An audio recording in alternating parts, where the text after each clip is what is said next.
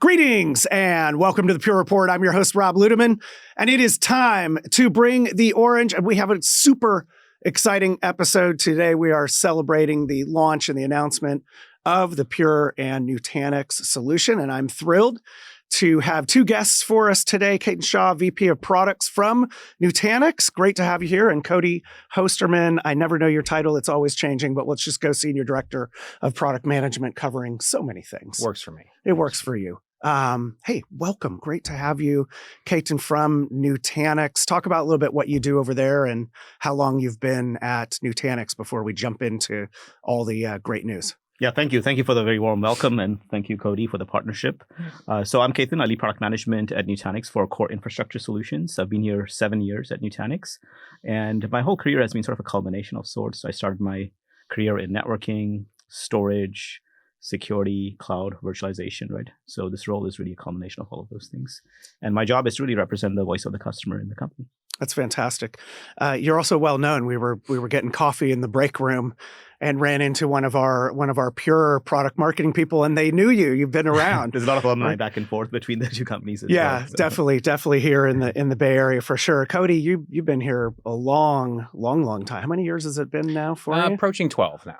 God, Yeah. 12. 12, yeah. 12. What was it like back in year one there for? I mean, to where you are now versus then. I mean, like a lot of things are similar. Yes. You know, the branding, right, is still fairly similar. Still here, right? No, I mean, like culturally, it's you know, things have, I think, kept up fairly well. And I think, you know, culture is tops down, right? So cause still being here and being deeply involved in the product and the business and the company across the board, like, really makes a big difference there. And a lot of things have changed, right? We're a much bigger company than we were 12 years ago in many different ways. But I think the one thing that hasn't changed is we're still really happy with what we're doing. So I think we're doing something right. And I'm really excited to bring both of you together to talk about this partnership, this announcement, and what I've learned in researching what we're going to talk about. There's a lot of similarities between the two companies, right? It's both culturally, both with the spirit of innovation. Is that something that, Ketan, that's come out for you as you've been working with Pure for, well, we'll get into that in a moment, for how long we've been talking about this, but what have you noticed about both companies working together on this joint solution? Yeah, no, actually, that's a great observation, right? So one of our culture principles at Nutanix is we obsess about our customer success. And that's what resonates every day when I come into work for a lot of our employees. That's the mission that they drive. And the way we're approaching the industry is basically we provide a platform to run any application anywhere. So there's never a dull moment. You can help customers with cloud transformation, AI native transformation. And most recently, the thread that kind of tied us together was this disruption in the virtualization industry. So we talked to some common customers and prospects, and what we found out was, obviously, the culture between both companies is very similar, as Cody alluded to, right? We focus on our customer success. We both have very high NPS scores, but that feeling is very mutual. When we talk to these customers and partners, we found the evangelists and passionate champion advocates of Pure, just like we find of Nutanix as well. Yeah, it's a great connection. So what are we announcing today, Cody? What's the big news? What's coming? And we talked about it a little bit, right? We made an announcement back at .next in May earlier the year, and there's been kind of a rumble going on. But what's the significance about today where we're hitting the launch and the GA? I mean, the shortest answer is you can buy it now, right? Yeah, we've been talking about it for a while, but it's now officially GA, which right? is exciting. So, which is very exciting. Both teams have been super hard at work for the past year more, really, on building and updating our own platforms, right? Nutanix did a ton of work on their side, a mountain of work, right? You know, of really making sure this is done right and integrated in the right way.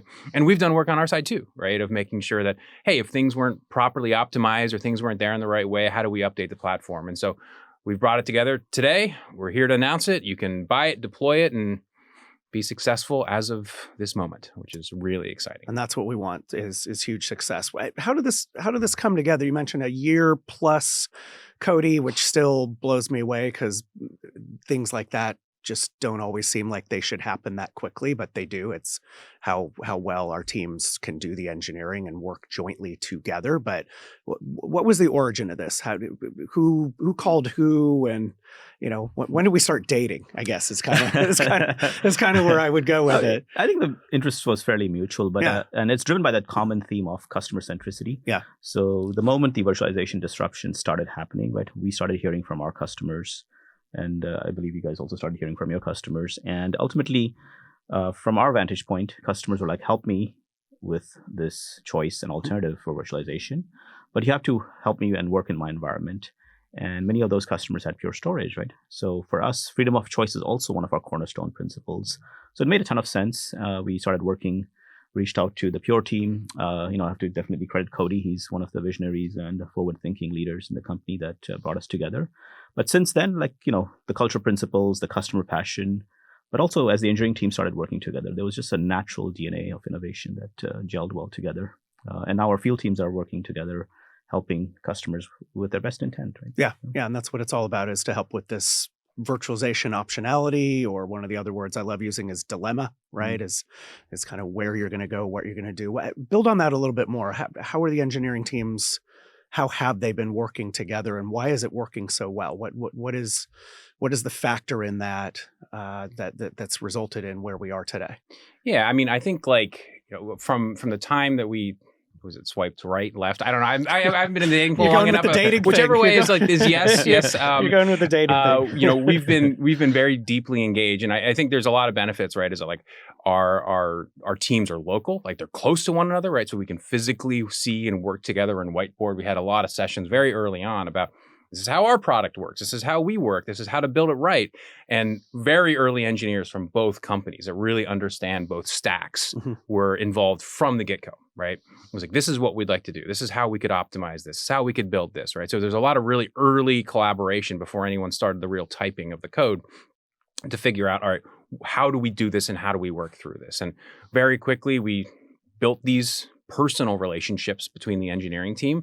We created the joint Slack channels, right? So we can pepper each other with questions all day long, which has been fantastic to have that kind of close level of collaboration. This is not a 48-hour turnaround on questions. It's, honestly, the SLA has minutes, I feel like, from some of his team, right? Which has been absolutely fantastic. And so it really feels like this is not even a partner engineering collaboration. This is the same company almost working on this together, just from the way they're coming at it from the same place, but just different products, right? Different areas of the stack. But I love the questions that their team has been asking us about, how do we, this is the outcome we want to achieve, or this is what we want for our customers. How do we best use your product to do it, and vice versa? And so that level of tight collaboration, I think, has been really, really great to see. And just the agility of shipping code back and forth and testing and validation, and getting them flash arrays, getting their stack into our labs very quickly, made a big difference. And I think as we move forward too, now that both teams are experts, right, in each other's stacks, we can accelerate this partnership as we move forward after GA here. And that's what gets really exciting, right? First, I think it's important that we got it right? We spent the time, we invested, we built the relationships, as you said, so that when we bring this out, we're confident that we're going to be having that customer centricity that you mentioned, that we're going to be able to solve those problems. But I do know, and we're not going to hit on too many of those things today, talk to your respective account teams, but there's a really exciting roadmap for features and development going forward. This is not just a moment in time where there's one thing that we're pushing out. It's this is the beginning of a really robust relationship with a lot of feature functionality and capabilities that we look to continue solving some of those challenges for customers. I want to dig in a little bit into the situation, right, that you referred to, Ketan, around the virtualization optionality and the trends. A couple of stats. I do this stat of the episode thing now as a segment. I can't recall where I pulled these from. Oh no, I pulled these from a recent webinar that we did. So Andrew Miller does this coffee break webinar, which is interesting because you guys have your coffee talk podcast. We did a poll of the attendees there, a few hundred. 78 respondents saw existing VMware pricing getting higher by more than 50%, and 42% responded they would like to see their company move to Nutanix. That's actually a really good, interesting stat and outcome. Cody, your reaction to the stats here? Yeah, I mean, like I've done EBC after EBC after EBC, right? A huge portion of our customers are VMware shops, Yeah. right? And forget about like the ins and outs of this specific acquisition. Like anytime a technology that you're deeply intertwined with gets acquired, like the company gets acquired, you think about that strategy and that investment, right? Regardless of everything else that's happened around the Broadcom and VMware acquisition. And so anyone that's rational thinking about their investment in IT would like, all right, is this the right thing for me? Do I need to change? How does this impact me? And so all of our customers were having that question as well, like brought up is, what do we do? Do we do anything? And when looking at these alternatives, there's a ton of, hundreds. Honestly, if you really look into it, but our focus here was not to create an alternative.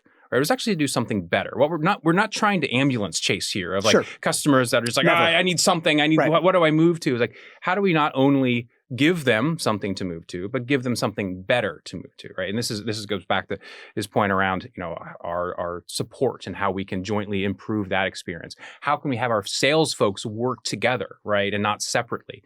And of course, bring in the channel to really drive it home together.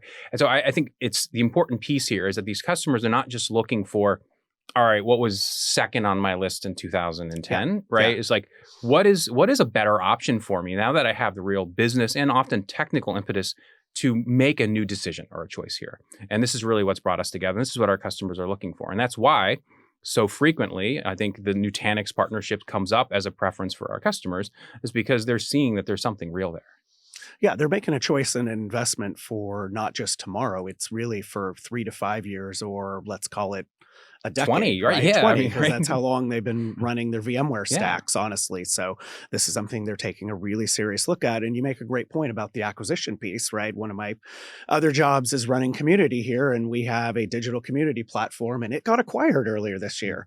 And within the first week of that happening, we started looking at the different options. Now our contract renewal is not for another 18 months, but already we're building a contingency. But you just have to do that, right? It's just something that's the nature of when an acquisition happens. What are you hearing from your Nutanix customers around this partnership, right? We announced this at .next in May. Level of excitement? Did you have people reaching out and saying, when is this going to be available? We're interested in looking at what it entails.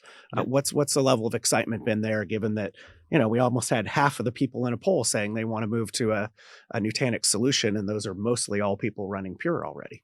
Yeah, absolutely. So I'll say a couple of things just to build on what Cody said. Yeah, right? So one of the things that you hit on the nail on the head is customers are looking for a partner for the next decade, right? So clearly they have a problem that they want to solve today. And it's around getting a modern virtualization stack, software stack, but it's also about making sure they deliver better outcomes, right? So customers continuously tell us that the needs of the business far outweigh what they had from a legacy infrastructure perspective. So that's part of the work we've done from a joint solutioning perspective. Now, coming to the solution we built, we went through a very robust early access program. It was oversubscribed. We had literally I would say double-digit number of customers across all industries and partners interested. We ran a very high-touch engagement program. The feedback was overwhelmingly positive. Customers got a lot of confidence through that process in terms of moving to the solution. We went through industries across healthcare, financial services, transportation, service providers, channel partners. So the overwhelming feedback was like customers who knew Nutanix or knew Pure, they felt at home with the solution, right? And that kind of created more excitement within our community of customers, partners, and the field teams. The other variable here that I want to just highlight is Cisco, right? So Cisco has a partnership with Pure. Cisco has a partnership with Nutanix. So what Cisco is doing is very unique with FlashStack with Nutanix. They're bringing the full power of Cisco validated designs. So customers get that end-to-end assurance of networking and that full stack delivery as well as part of the solution. But yeah, the excitement level is something that we haven't seen in a long, long time with the joint solution. Yeah, I love it. It just means it was the right level of synergy. Cody, what did we learn during the EA? Anything, or early access program? Anything stand out to you that was interesting that the teams gathered from that? For sure. And this is going to be a little bit of a cop-out answer, but I'm going to give it to you anyways, Rob. Acceptable. Is, when we first met, like literally Ketan and I, almost 2 years ago, actually, really, when we first sat down. It almost felt like a career exit interview. Like, if you were to rebuild, a virtualization storage ecosystem, like, what would you do? What would you not do? Like, how would you start it off? And so we really spent a lot of time talking about like just like the technologies that we've had to kind of band-aid over years, the ones that really drove a lot of value, where we saw the market going, ecosystem integrations that made sense and didn't. And so we built on that, and we delivered a product kind of come from those conversations of like, if you were to do this now, if you were to do what was done 25 years ago, right, in the virtualization storage business, and then build it from the modern technology that we have right now, like, what would you do? Yeah. And so we made some assumptions there. We built some swim lanes that customers they're used to having them as options, but maybe not the path, right? And the feedback we got from EA was that was the right decision. Right. That in their testing and what we've built and how we've delivered it is exactly what they wanted to see from like this modern platform integration. And so that was great to see, is that in the sense that we didn't get any negative surprises from the early access, right? People find issues and they have feedback, sure, right? That's it was natural, all natural stuff and part of the reason that we do it. But the most important thing for me out of that EA was a gut check. Like, are we doing the right thing? Are we going down the right path? And that answer, I'd say from all of them, was yes. Right? And that was wonderful to see, because we all made a big bet on how we're building this. And it seems like it's paying off. Well, and there's always two ways that EAs can go, right? One is just a lot of things are clunky and that you have to fix things. And others are, they go, oh, this is really great. I like what you did.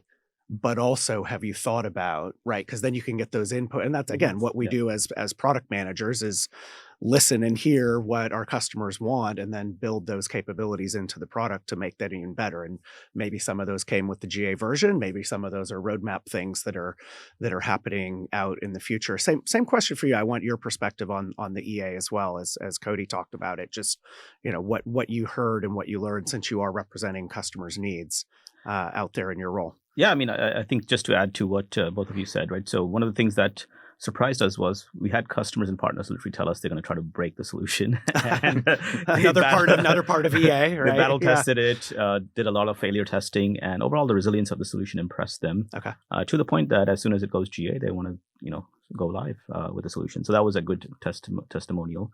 The other aspects of things that we learned kind of surprised us was networking. We thought networking would be hard, right? One of the big bets we made was, let's modernize the data center infrastructure with this IP-based storage and focusing on a low latency protocol between compute and storage called NVMe TCP, right? The industry has been wanting to move there. A lot of architects want to move there.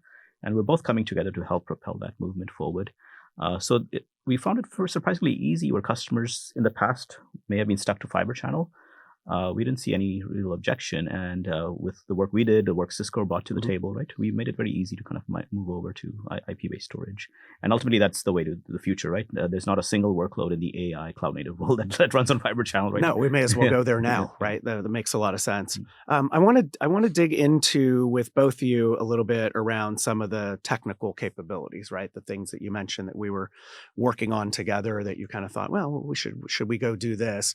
But also let that be a backdrop to help people viewing and listening just understand more aspects of this, and not make this like you're reading a data sheet, right? But like that we actually get your expert technical opinions on what we built and what's cool. And we're going to kind of rapid fire back and forth. So Ketan, I want to do first around talk about automatic provisioning, right? As far as what customers can do to provision VMs from your management interface. How does that work? Sure, actually. So let me just spend a minute level setting on what we've built, and then I'll dive into that. Right? For sure. Yeah, so it's a good place to start. What we're really introducing is a Nutanix Cloud Platform integration with Pure Storage FlashArray, right? And the way the solution works is there's a Nutanix Cloud Platform, which is basically the compute platform connecting to Pure Storage over this low latency IP protocol, NVMe TCP.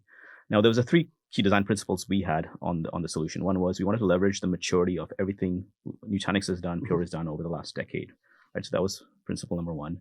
Number 2 was we wanted to really meet customers where they are, right? And a lot of that was, you can use your Pure, you can use your servers in that environment, right? You don't have to go buy a bunch of new hardware to change your software stack. And the third one is we wanted to preserve that better outcome, the simplicity and agility of Nutanix, right? And to your question, right, the way we designed this was a customer that's used to Nutanix basically feels at home. They log into Prism, they create a virtual machine on AHV, and automatically we provision the backend disks, the virtual disks from Pure Storage FlashArray with the automation and the integration. All of that is done in an app VM-centric granularity.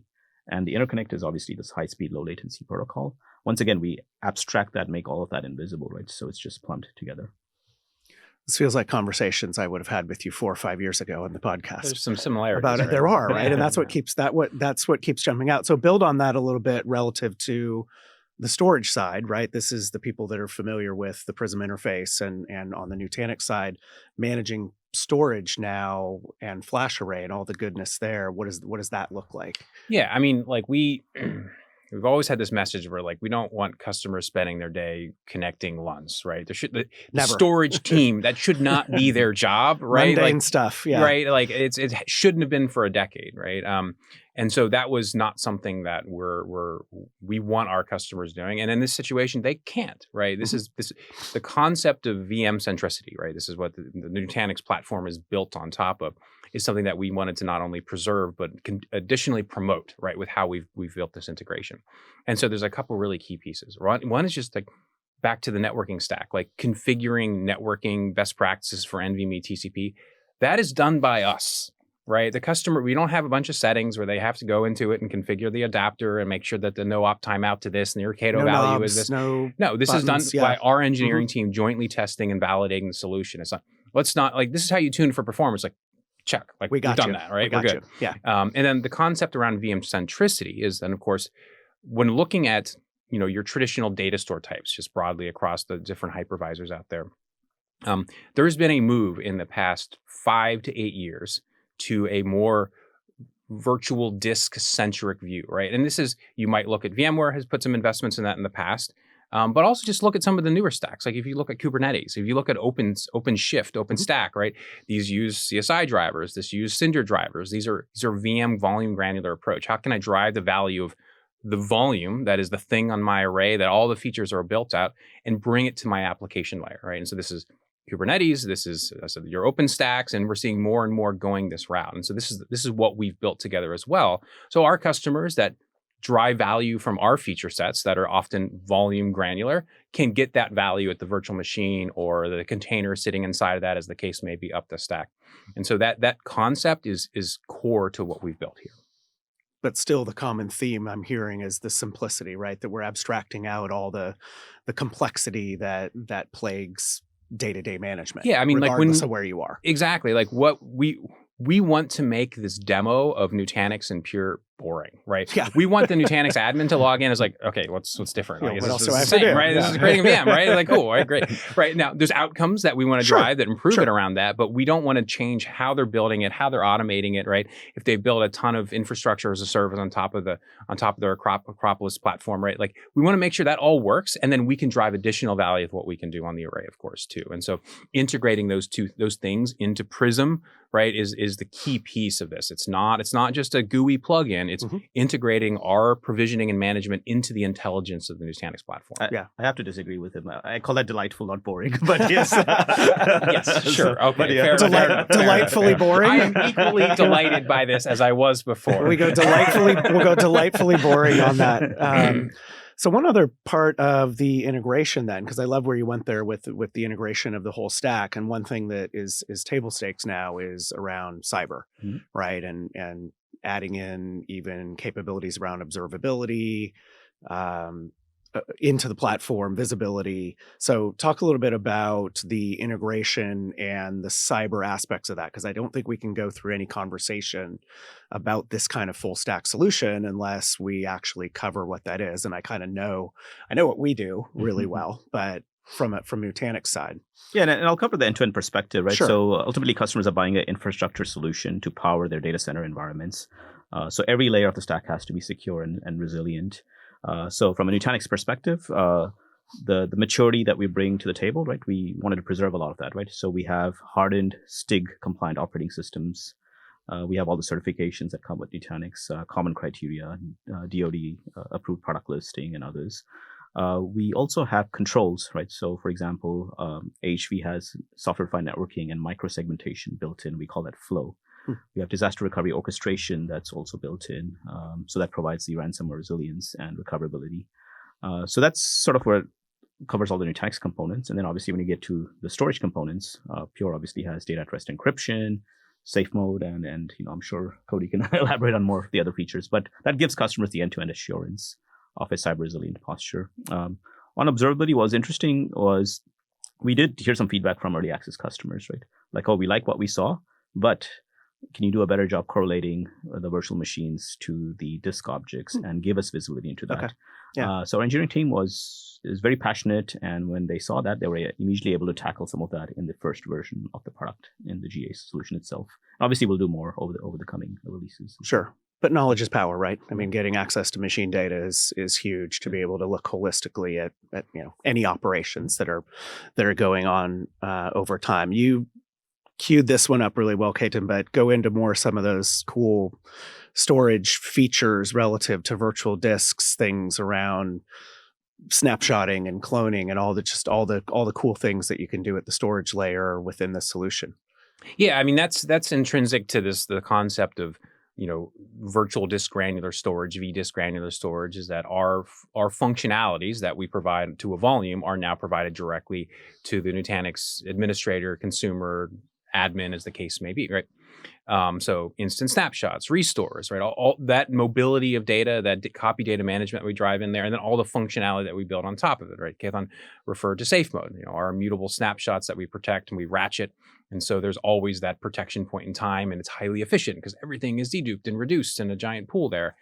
All that functionality that you get with the FlashArray and its feature sets can be driven back into that application because it's at that layer of granularity. That's a key piece of what we've done here. What we've done together here is make sure that that's available to our customers, and we'll continue to work together on how do we take these different feature and functions that we're building on the FlashArray or on the Nutanix side to integrate them in new ways, right? So we're certainly not done. There's a lot more to do, but we've got the right groundwork laid. So I'm pretty excited. Yeah, we'll do that podcast in about 6 months or so. I think maybe around the summertime. It's a date. I think it's a date. We'll make it we'll swipe back left, to dating. right, swipe left. We're going to figure that. Down, it's been too long for both of us. I know for being in that world. I think one capability that virtualization admins have gotten used to is the ease of migration of VMs and basically VM mobility. So talk a little bit about how that works relative to the solution. Yeah, there's two things there, right? So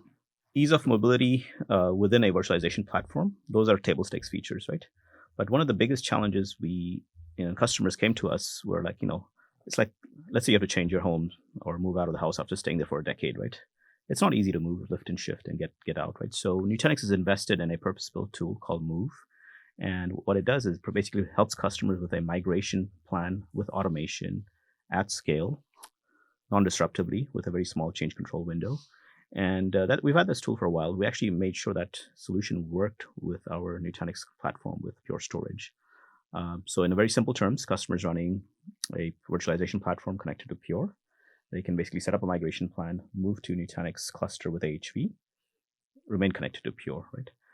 And that migration, customers tested in the early access. It was very seamless, very easy to use. You don't have to refactor your storage, right? So that's a lot of benefit in terms of, obviously, yes, we have a great solution, but we also make it easy to move to the solution as part of the process. Yeah, theme easy. And we're working on some, I don't want to tease too much, working on making that even better in the future. Yes, indeed. Yeah, well, tease, I'm going to go that way anyway, but tease a little bit about just things that we've heard in the EA. And again, we've got the solution. We want people to try it now, jump in, use it. But as new capabilities come on board, it's great that we have this architecture that can really easily bring things on. And I'm alluding a little bit to the upgradability, but Evergreen, right? Just core hallmarks of what Pure does to allow new things to come on board without disruption. But talk a little bit about what you're excited about for the future. Yeah, I mean, I think like the way I like to phrase it is what we focused on here at GA was let's get the right architecture. Yeah. Let's make it highly available. Let's make it performant. Let's make sure the right functions are integrated, right, to make like VM management, storage management type of stuff, snapshots and cloning. Let's make that core stuff work without caveats. Like that stuff should be nailed, and we want the architecture right so we can then more easily build upon it, right? So this GA is really focused on let's get these platforms integrated in the right performance and resilient way that we can not only scale the platform itself, but also then scale our investments in engineering as we move forward to adding new features and new integrations, right? So that was really what I call phase one. Is like, let's nail this architecture when we release this to our customers. The next steps, like there's some fit and finish, right? Yeah, we got from early access, right? How do we improve matching and availability? And then the next phase is like, okay, how do we do some more sophisticated data management integrations around? There's a ton of feature sets that we have on the FlashArray around mobility and replication and things. How do we integrate these? Do we integrate these? What's the right path there? So that next phase is how do we take that next level of array level features to offload different processes, right? The early piece is like, how do we make sure that the Nutanix stuff works and is integrated with our platform? And then there's some other things on our side that we're like, okay, look, cool, we did that, it works. They can use the Nutanix features, the async replication right out of the box. What about ours? Where do we go? So these are the things that we're looking at as a next phase to add more robustness to the solution. Yeah, such great potential there, right? To just keep building and building upon that. So what next, right? So we're at this market moment. We're at GA launch. Yes, we've been talking about it for a while. So now, as you said, very early on, kind of cheekily, like, okay, you can buy it, you can invest in it. But what's your message out there to Nutanix customers, to Pure customers, relative to this? Like, what would you say for them to go do? What's the call to action here? And I think this is a message for anybody that's basically rethinking virtualization. Yeah. So, when one door closes, another opens. And Nutanix and Pure have come together to offer this simple, robust solution out of the get-go. We're committed to customer centricity and innovation in our future plans as well. And we're intending to deliver a better outcome than what you had, right? So it's not just about solving your existing needs, but also achieving better agility, greater simplicity, overall robustness in your data center. We want to partner, like you said, right? It's not just partnership for now, but it's a partnership for the decade, whether you're transforming your virtualization stack, introducing Kubernetes or AI native solutions, right? We want to be the partner for the next decade. Yeah, the timing seems really great for this right now, where it's coming out and where we are in the market and all the different new challenges that are coming out. What are you excited for, Cody, as kind of a closing comment here, or just message to people out there? And as you said, I said Pure customers, Nutanix customers. Sure, there's a third category of folks that are kind of scratching their head trying to figure out what to do, where to go. Yeah, I mean, I think a couple quick things, right? I think customers should be taking this as a platform-based approach, right? Because many are seeing this turmoil in the virtualization market as a distraction from the things they thought they were going to be doing this year. It's like, all right, how am I building out my AI infrastructure? Should I? And do I? Where do I do it? And these things can be combined, right? I think one of the things I read recently, you can correct me if I'm wrong, but if you don't want to, that's fine too, is that I think Nutanix is one of the leading contributors to some of the AI investments in like KVM, right? So there's a lot of contribution that comes from them in that space too. And we're putting our own investments in that as well. And so this isn't just about virtualization when you're looking at the two companies. It's also about your AI platform. So these are not necessarily and really shouldn't be separate conversations. They absolutely can be aligned.